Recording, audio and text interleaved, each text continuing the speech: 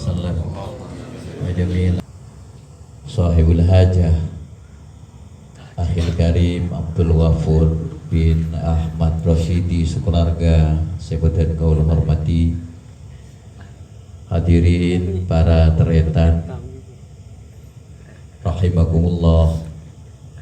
Alhamdulillah, pada malam hari ini kita oleh Allah Subhanahu wa ta'ala dengan rahmat, taufik dan hidayahnya kita diberi kemampuan, diberikan kesempatan untuk hadir ke tempat ini dalam rangka Ijtima' Kompas Al-Kanas. Semoga saja dengan rahmat, taufik dan hidayah Allah tadi, kita oleh Allah Subhanahu wa ta'ala senantiasa diberikan peningkatan iman, diberikan peningkatan ketakwaan, sehingga semakin lama kita akan semakin mampu untuk menjalani hidup ini sesuai dengan aturan Allah Subhanahu wa ta'ala.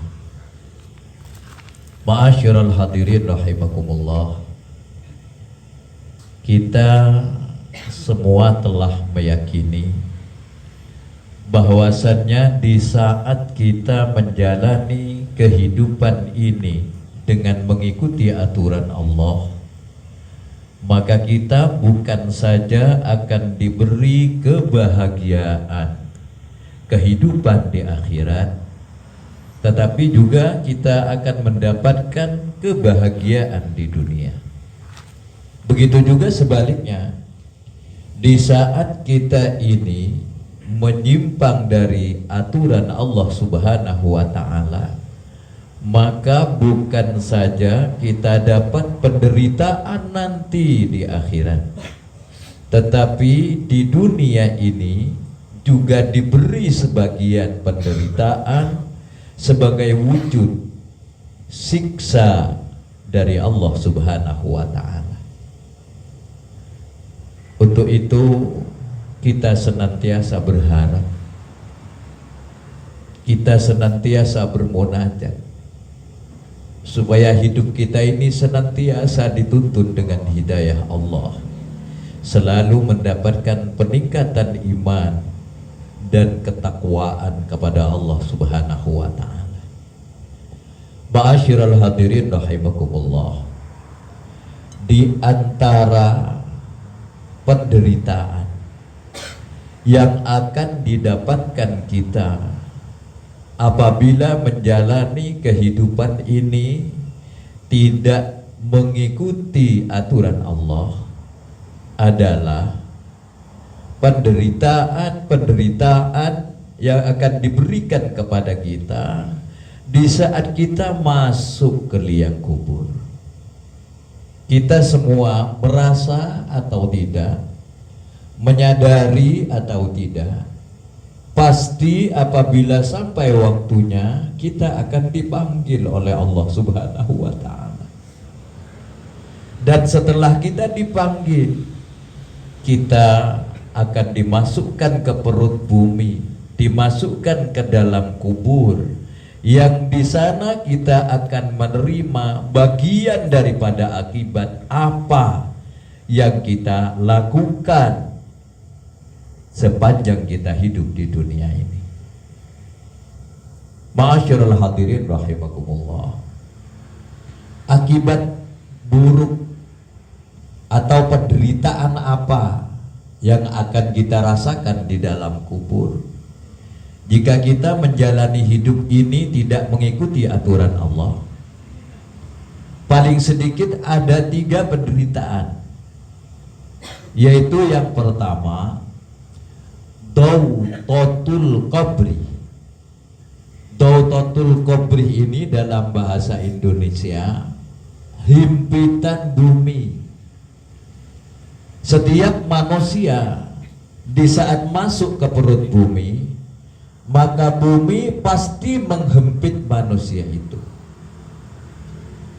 Baik dia itu orang soleh atau orang yang justru banyak melakukan dosa. Sehingga sabda Rasul, lil qabri inna lil qabri dawtatan law naja minha ahadun lanaja minha Sa'd bin Mu'adz. Sesungguhnya kubur itu mempunyai himpitan yang seandainya ada seseorang yang selamat dari himpitan itu, maka sahabatku yang bernama Sa'd bin Mu'adz adalah orang yang akan selamat dari himpitan itu. Artinya bagaimana? Bahwa setiap manusia di saat masuk ke dalam kubur, maka manusia itu akan mendapatkan himpitan kubur, baik dia orang soleh atau orang yang banyak membawa dosa. Cuman dalam himpitan itu ada perbedaan. Ada kubur itu menghimpit mayat, cuman sekedar menyentuh saja ke tubuhnya, seperti kita bersalaman.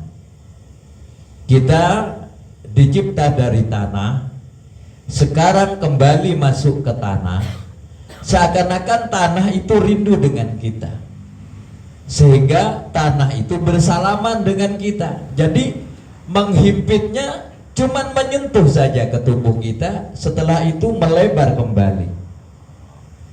Tapi sebaliknya, di saat manusia yang masuk ke dalam kubur membawa banyak dosa, maka himpitan itu tidak cukup hanya menyentuh seperti orang yang bersalaman, tetapi benar-benar menghimpit. Sehingga oleh Rasulullah digambarkan dengan memasukkan jari jemari Rasulullah yang kanan ke tangan yang kiri. Jadi bentuknya begini. Jadi tulang rusuknya itu sampai berdempetan begini. Saking daripada kuatnya bumi ini menghimpit. Bahkan setiap orang masuk ke dalam kubur, maka kubur ini akan bicara dengan orang itu.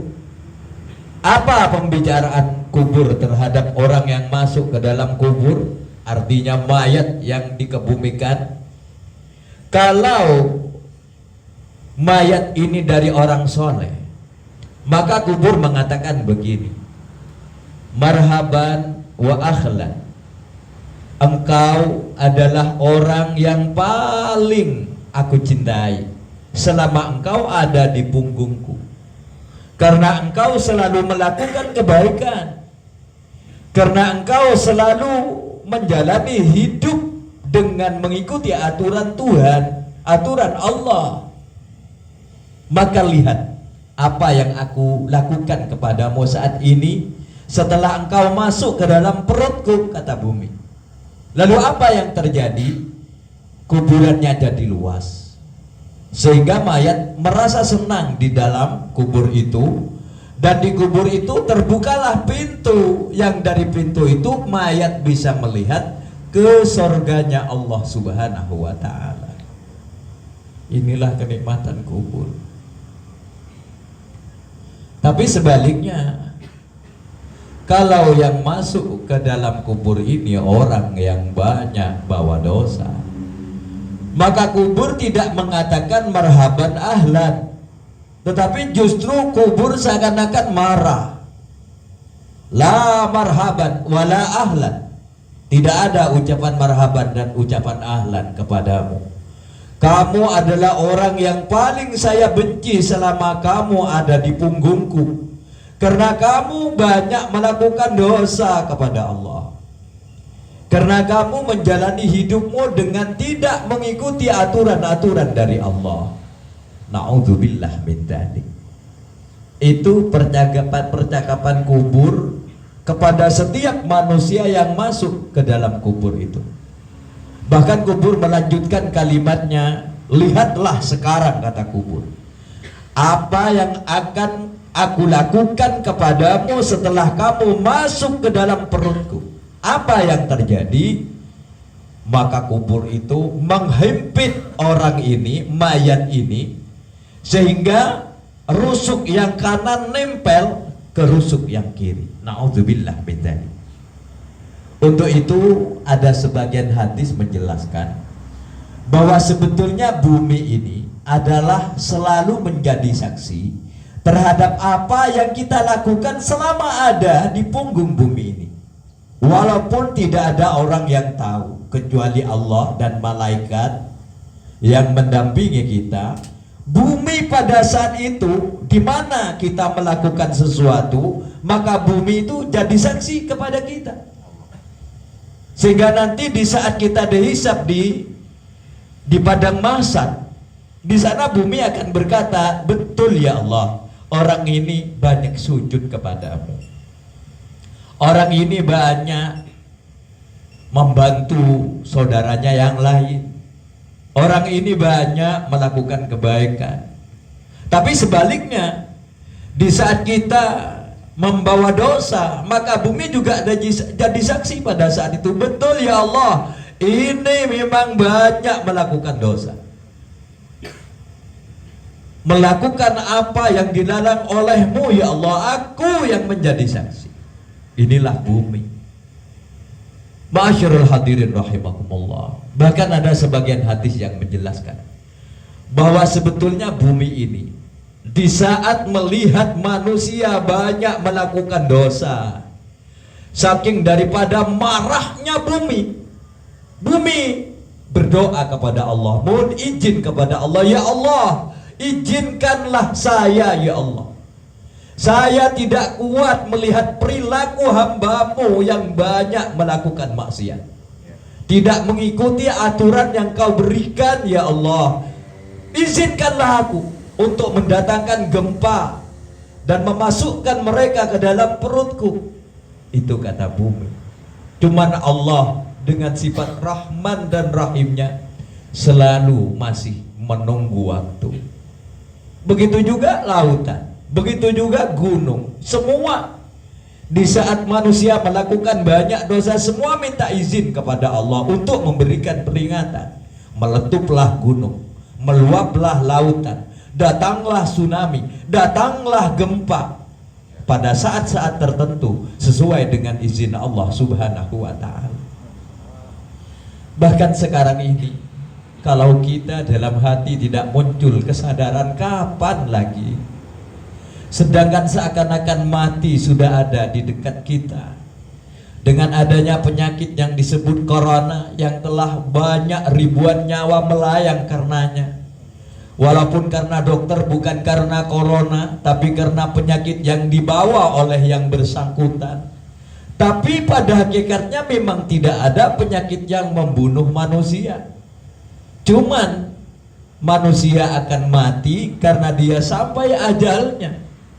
Lah di saat corona ini datang, kita merasa takut, kita merasa khawatir, bahkan seakan-akan melebihi takut kita kepada neraka, melebihi takut kita kepada siksa kubur, melebihi takut kita kepada murka Allah daripada corona ini. Ini menunjukkan kelemahan iman kita. Untuk itu kita tetap di dalam hati, dengan adanya peringatan dalam Allah ini tumbuhkan kesadaran betapa dosa telah banyak aku lakukan, betapa dosa telah banyak dilakukan oleh keluargaku, betapa dosa telah banyak dilakukan oleh umat manusia. Sehingga karena dosa-dosa yang terjadi itu, Allah menurunkan peringatan. Bagaimana Allah akan mengangkat peringatan itu? Sampai sebatas mana kita bertaubat memohon ampun kepada Allah Subhanahu wa ta'ala. Ma'asyiral hadirin rahimakumullah. Jadi yang pertama yang akan diterima akibat di saat kita menjalani hidup tidak mengikuti aturan Allah, di saat kita meninggal masuk ke perut bumi, maka bumi akan menghempit kita sampai rusuk-rusuk kita bertemu dari yang kanan ke yang kiri. Bahkan Rasulullah memperbandingkan sama seperti memasukkan jari jemari tangan kanan ke jari jemari tangan kiri kita. Naudzubillah min dzalik. Untuk itu Rasulullah bersabda, innamal qabru raudhatun min riyadil jannah au hufratun min hufarin niran. Sesungguhnya kubur itu kalau tidak jadi kebun sorga, maka kubur itu bisa jadi jurang daripada neraka. Na'udzubillah min dzalik. Ma'asyiral hadirin rahimakumullah. Cuman ada dalam sebagian hadis itu diterangkan dalam kitab At-Tadhkirah yang menurut hadis termasuk hadisun gharib. Katanya kalau orang di saat sakit memperbanyak baca qul huwallahu ahad dan seterusnya, maka dia akan diselamatkan oleh Allah dari hempitan kubur. Untuk itu kalau kita sedang sakit, perbanyaklah bermunajat kepada Allah, bertauhid kepada Allah dengan membaca surat Al-Ikhlas, qul huwallahu ahad, qul huwallahu ahad, Allahus samad dan seterusnya. Ma'asyiral hadirin rahimakumullah. Kemudian yang kedua, akibat yang akan kita rasakan di dalam kubur adalah azabul qabri, siksa di dalam kubur. Di saat kita masuk ke perut bumi, masuk ke liang kubur, maka sebagaimana disabdakan oleh Rasulullah tadi, kalau tidak jadi kebun sorga, jadi jurang neraka. Bagaimana Imam Ghazali menggambarkan dalam kitab Ihya Ulumuddin, di saat orang itu di dalam kuburnya mendapatkan nikmat, maka kuburnya akan luas. Tapi luasnya kubur ini tidak sama sesuai dengan luasnya amal kebaikan yang dilakukan oleh mayat ini. Karena orang baik itu juga tidak sama. Ada peringkat kebaikannya 50%, ada 60%, ada 70%, ada juga yang 99% dan seterusnya. Maka meluasnya kubur itu sebagai wujud kenikmatan di dalam kubur bagi mayat yang masuk ke dalamnya itu tidak sama juga. Ada yang kurang lebih 20 meter, ada yang bisa terjadi 100 meter, ada yang bisa terjadi seluas mata dia memandang. Jadi kuburnya jadi luas seluas mata dia memandang. Ma'asyiral hadirin rahimakumullah. Kemudian yang kedua, di dalam kuburnya itu jika dia mendapatkan nikmat, maka di dalam kubur ada lampu yang menerangi kubur itu, yang lampu itu memang didatangkan dari surga. Yang ketiga, di dalam kubur itu akan diambilkan permadani. Permadani yang sengaja diambil juga didatangkan dari surga. Jadi ada permadaninya, ada lampunya, luasnya jadi luas. Minimal ada yang mengatakan sekitar 20 meter luasnya. Dan di situ akan ada pintu jendela yang dapat melihat ke surganya Allah Subhanahu wa ta'ala. Ma'asyiral hadirin rahimakumullah. Tetapi sebaliknya, jika di dalam kubur itu mendapatkan azab, maka kuburnya menjadi sempit. Dan di dalam kubur ada makhluk yang buta, tuli, bisu, yang dia sebetulnya adalah perwujudan dari amal buruk yang dilakukan di dunia, yang dia selalu memukul tidak henti-hentinya. Memukul karena dia buta, dia tidak pilih posisi mana dia pukul. Kena kepala, kena punggung, kena lutut, kena kaki, sudah tidak dia melihat. Yang penting dia ngamuk terus, mukul terus. Dan dia tidak mendengar kita menjerit sekuat apapun karena dia itu tuli. Bahkan dia tidak bisa diajak kompromi. Kenapa? Karena dia bisu.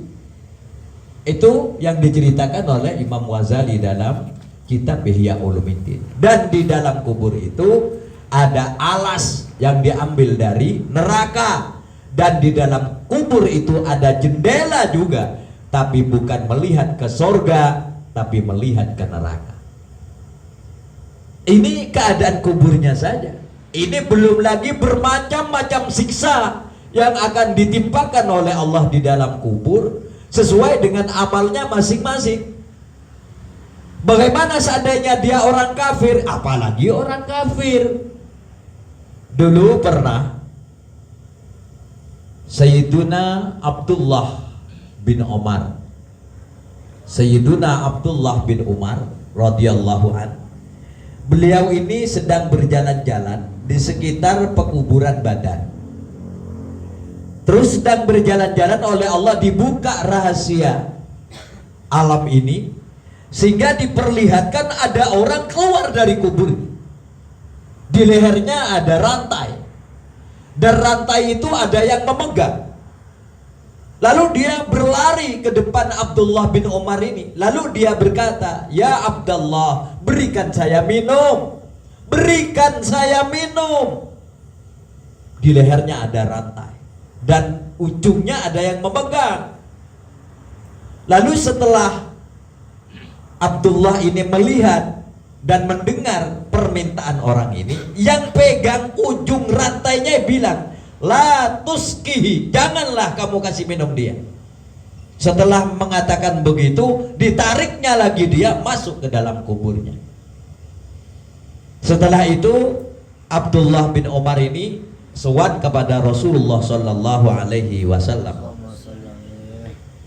"Ya Rasulullah, saya sedang berjalan-jalan di sekitar pekuburan Badar.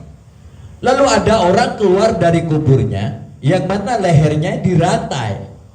Lalu dia minta minum kepada saya. Cuma dengan orang yang pegang rantainya tidak diberi izin untuk saya kasih minum. Bahkan dia ditarik kembali masuk ke dalam kuburnya." Maka Rasulullah pada saat itu memberi penjelasan, "Dzaka aduwullah Abu Jahlin ibnu Hisham wa huwa adzabuhu ila yaumil qiyamah." Dia itulah musuh Allah. Dia itulah yang disebut Abu Jahal, putra Hisham, dan dia akan disiksa begitu sampai hari kiamat. Nauzubillah min dzalik.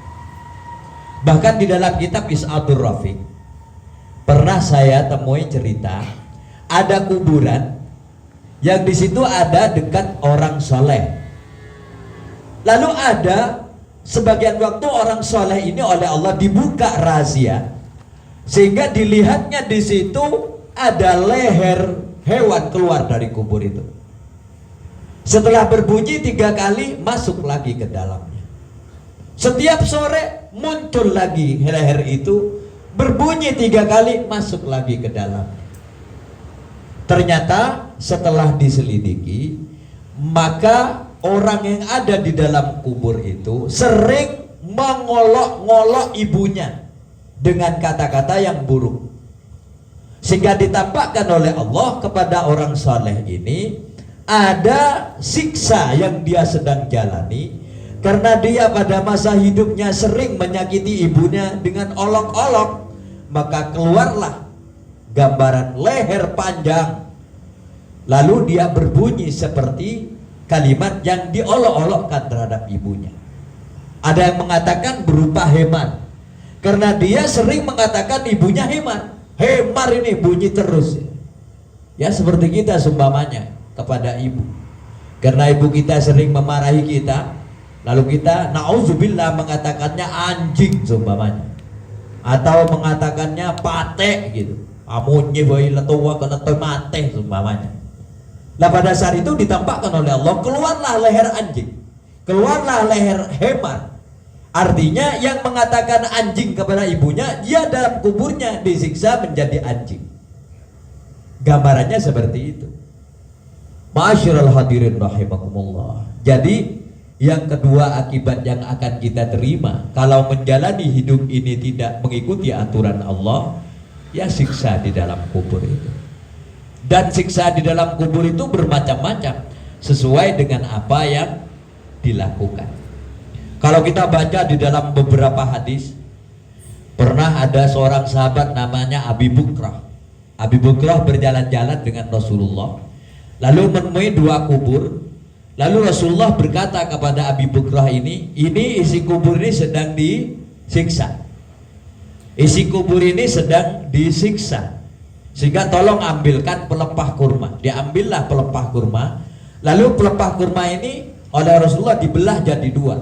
Separuhnya ditancapkan di kubur satunya, yang satunya ditancapkan di kubur satunya.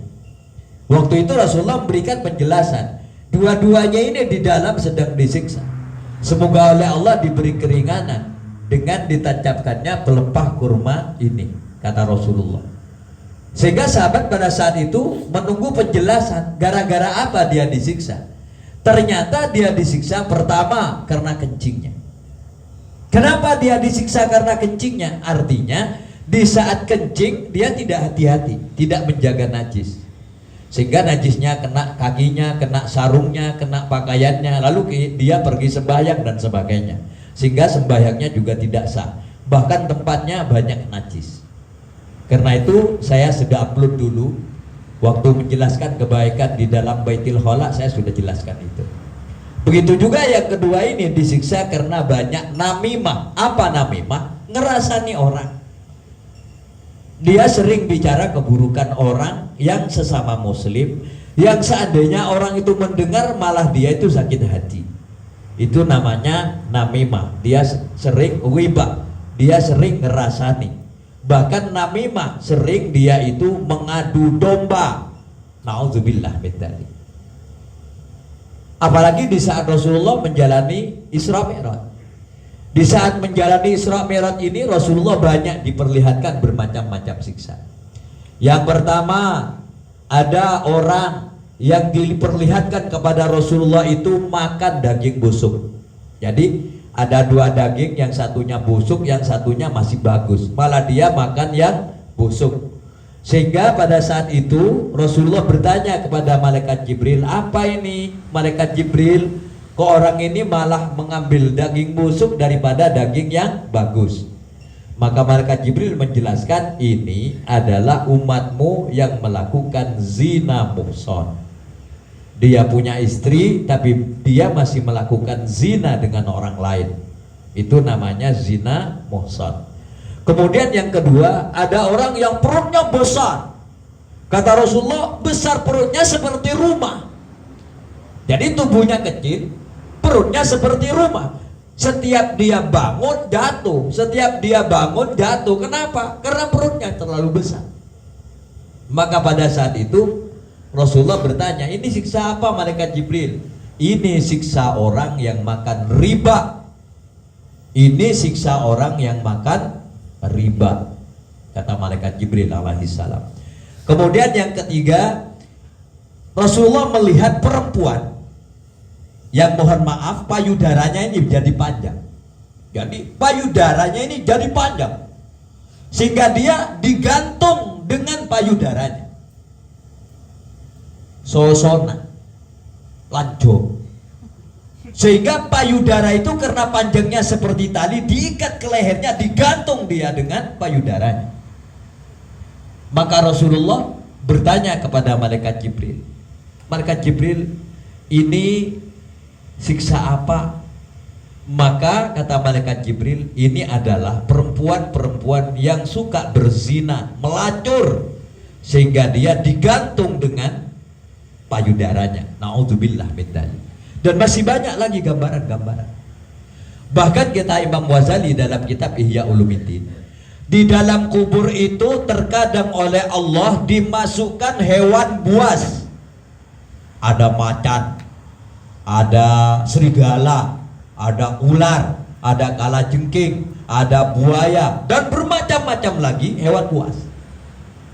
Kata Imam Ghazali, hewan buas yang dimasukkan ke dalam kubur itu sesuai dengan hitungan akhlak buruk daripada mayat yang masuk ke dalam kubur itu.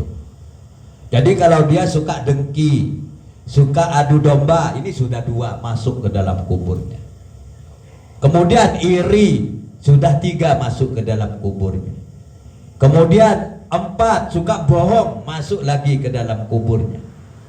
Bahkan ada 1 mayat di dalam kuburnya ada 70 macam hewan buas yang menyiksa di dalam kuburnya, menggigit, ada juga yang mematuk, ada juga yang membelit dan sebagainya. Na'udzubillah min dzalik. Ini gambaran-gambaran. Jadi kita di saat menjalani hidup ini tidak mengikuti aturan Allah, maka bukan saja nanti setelah kiamat, di dalam kubur kita sudah akan menerima bagian daripada siksa Allah Subhanahu wa ta'ala. Ma'asyiral hadirin rahimakumullah. Dan yang terakhir, orang yang masuk ke dalam kuburnya dengan membawa banyak dosa, kalau tidak diampuni oleh Allah, nanti di saat bangkit dari kuburnya akan mempunyai wajah yang bukan wajah manusia. Jadi nanti di saat dibangkitkan dari kubur itu, ada yang wajahnya berupa macan, ada yang berupa keledai, ada yang berupa serigala, ada yang berupa ular, ada yang berupa tikus. Di saat orang itu bangkit dari kuburnya dengan membawa banyak dosa yang tidak diampuni oleh Allah Subhanahu wa ta'ala. Karena itu kita senantiasa berdoa untuk diri kita, untuk kedua orang tua kita, untuk tetangga-tetangga kita, saudara-saudara kita seiman seagama, supaya semuanya diampuni oleh Allah Subhanahu wa ta'ala. Dan kita juga setiap sholat kita selalu berdoa kepada Allah supaya kita dilindungi, pertama dari siksa kubur, yang kedua dari siksa neraka, yang ketiga dari fitnah dajjal, yang keempat dari fitnah kehidupan dan kematian. 4. Pertama, mohon perlindungan dari siksa kubur, yang kedua dari siksa neraka, yang ketiga dari fitnah kehidupan dan kematian, dan yang terakhir mohon juga dilindungi dari fitnah Masihid Dajjal. Semoga kita semua diselamatkan oleh Allah Subhanahu wa ta'ala. Semoga kita diberi kesadaran sehingga kita menjadi camat-camat, calon-calon mati yang pada saat masuk ke dalam kubur menjadi orang-orang yang mendapatkan kenikmatan dalam kubur, mendapatkan rahmat Allah, mendapatkan ampunan siksa Allah. Al-Fatihah. Bismillahirrahmanirrahim. Alhamdulillahirabbil alamin. Ar-Rahmanir-Rahim. Maliki yaumiddin. Iyyaka na'budu wa iyyaka nasta'in. Ihdinas siratal mustaqim. Siratal ladzina an'amta 'alaihim ghairil maghdubi 'alaihim waladdallin. Amin. Ma'asyiral hadirin rahimakumullah. Demikian yang bisa saya sampaikan. Kurang lebihnya mohon maaf. Semoga bersamaan dengan hidayah Allah Subhanahu wa ta'ala. Dan semoga saudara-saudara kita yang terjangkit virus corona semua diberikan kesembuhan oleh Allah Subhanahu wa ta'ala. Dan yang meninggal semoga mendapat ampunan dari Allah Subhanahu wa ta'ala. Dan tidak lama lagi semoga corona ini oleh Allah diangkat dari bumi Indonesia, bahkan diangkat dari dunia ini. Amin, Allahumma amin. Akhiran, wassalamualaikum warahmatullahi wabarakatuh.